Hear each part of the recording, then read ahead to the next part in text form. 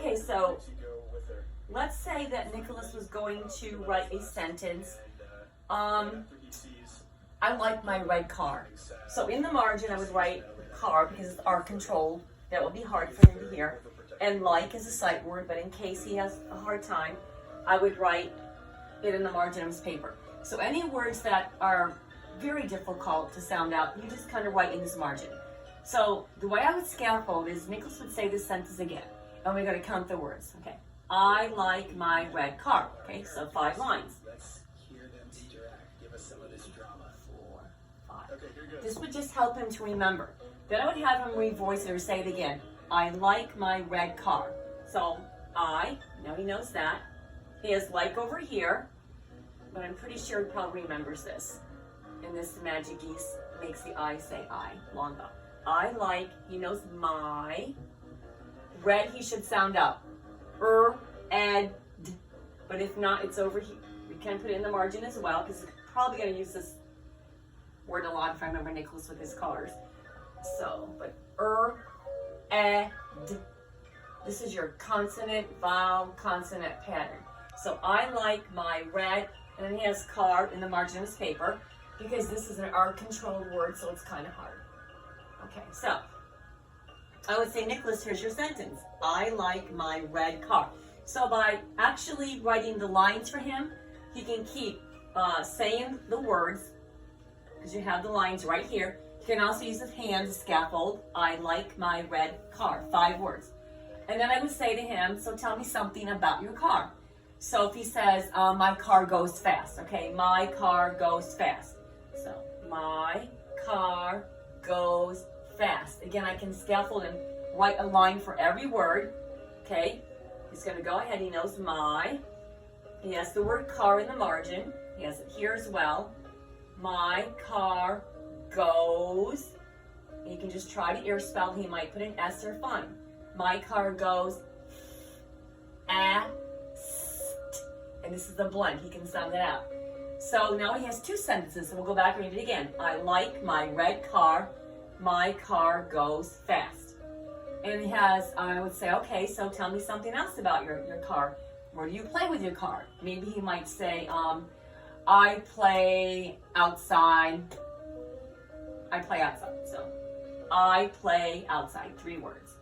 I play outside. He knows I play would sound out a. And again, if it's a word he's going to write a lot, I might put in his margin. It's a long name. Out. I would always say, this is O-U-T, outside. And again, what you don't want to do is don't make such a big deal out of the spelling. Let him just try to sound them out. Difficult words can be in the margin, but the more he writes, the more these words will become automatic. So the most important thing during writing workshop is to give the students to love to write. Don't make it a chore.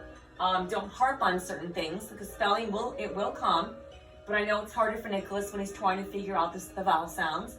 So you try to give him some of the difficult words in the margin, and then eventually he hopefully will remember them when he's writing. I might ask him again, tell me something more about your car. You play outside.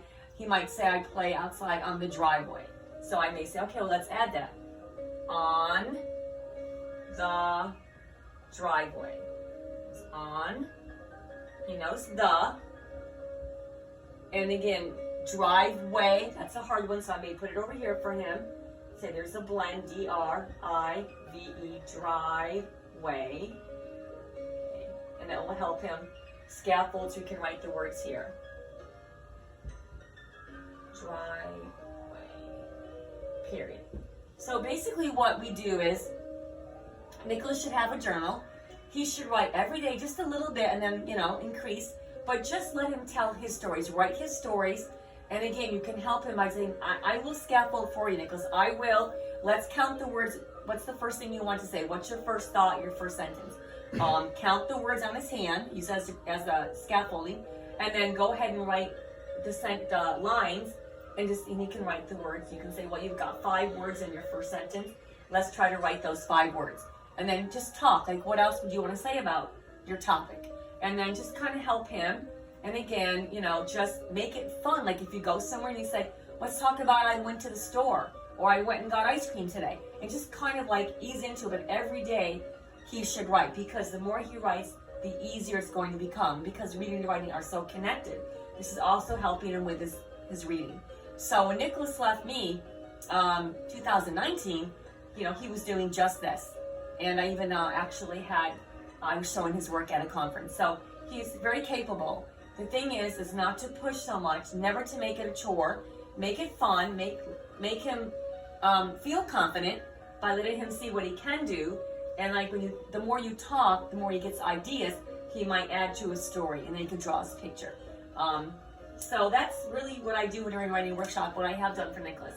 A lot of scaffolding, one-on-one, sitting with Nicolas, having him tell me a story, and then just, again, showing him how to count the words on his fingers, and then just having him slowly, you know, do the best he can, and then writing some difficult words in the margin that will help him, so he's not struggling so much or getting frustrated. And then the basic sight words, you know, like, my, I, etc. He should know those, and the more he writes, the more he will commit them to memory.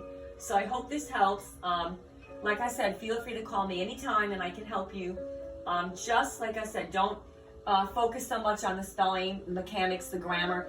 What's more important is the content and getting Nicolas to want to tell his stories, and he was. And I hope they'll still continue, because again, we know from the research that reading and writing are so interconnected. So that's it. Any questions, feel free to give me a call or email me. Okay? Hope it helps.